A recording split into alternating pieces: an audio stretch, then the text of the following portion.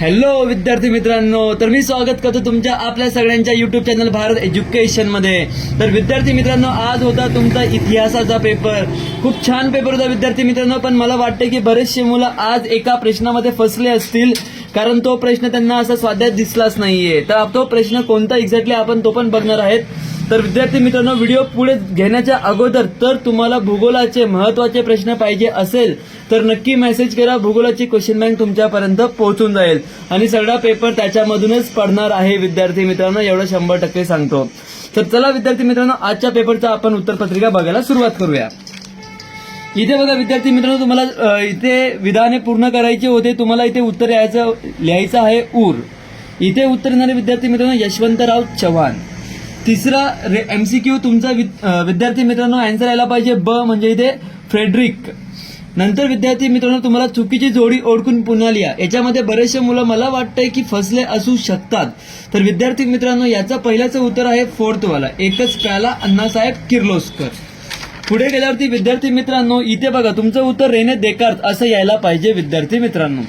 पुढे गेल्यावरती विद्यार्थी मित्रांनो, तिसरा चुकीची जोडीमध्ये पहिली जोडी ही चुकीची आहे, प्रभाकर आचार्य प्र के अत्रे असं तुमचं उत्तर यायला पाहिजे। पुढे गेल्यावरती विद्यार्थी मित्रांनो, मला आशा आहे की बऱ्याचशा मुलांनी हे उत्तर लिहिलं असणार, पण बरेचसे मुलं याच्यामध्ये फसले सुद्धा असू शकतात। तो म्हणजे भारतातील ग्रंथालये शहरे कुठे कोणती आहेत त्यांचं नाव तुम्हाला लिहायची होती।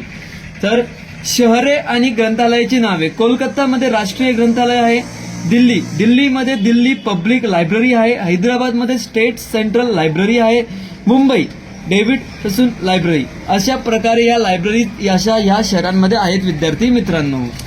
तर पुढे जाऊया विद्यार्थी मित्रांनो, याच्यामध्ये पण बरेचसे मुलं फसलेले आहेत। भारत एक खोज मालिकेतून मांडलेल्या घटना, तर कोणत्या कोणत्या घटना याच्यात मांडल्या गेलेल्या आहेत? तर याच्यात बऱ्याचशा घटना आहेत विद्यार्थी मित्रांनो, त्याच्यातल्या 4 घटना मी इथे लिहिलेल्या आहेत। मुघल कालखंड व मुघल बादशाहांचे योगदान, मौर्य कालखंड, हडप्पा संस्कृती, वैदिक काल, शिवाजी महाराजांचे कार्य, तुम्ही असं लिहू शकता, किंवा रामायण महाभारताच्या गोष्टी, हे सुद्धा एक खोज याच्यातल्याच घटना आहेत। महाराष्ट्रातील थंड हवेचे ठिकाणे, खूप सोपा प्रश्न, इथे बरेचशा मुलांनी याचं उत्तर लिहिलेलं असणार आहे। माथेरान, लोणावळा, महाबळेश्वर, पाचगणी असे अजून तुम्ही वेगळे पण लिहू शकतात विद्यार्थी मित्रांनो। अशा प्रकारे इतिहासाचे सगळे ऑब्जेक्टिव्ह आपण कव्हर केलेले आहेत विद्यार्थी मित्रांनो। आशा करतो की सगळे मोठ्या प्रश्नांचे उत्तर तुम्ही छान लिहिलेले असतील। पुढे गेल्यावरती आपला आहे आता राज्यशास्त्र पॉलिटिकल सायन्स। इथे 50%, इथे हरित क्रांती असं याचं उत्तर यायला पाहिजे विद्यार्थी मित्रांनो।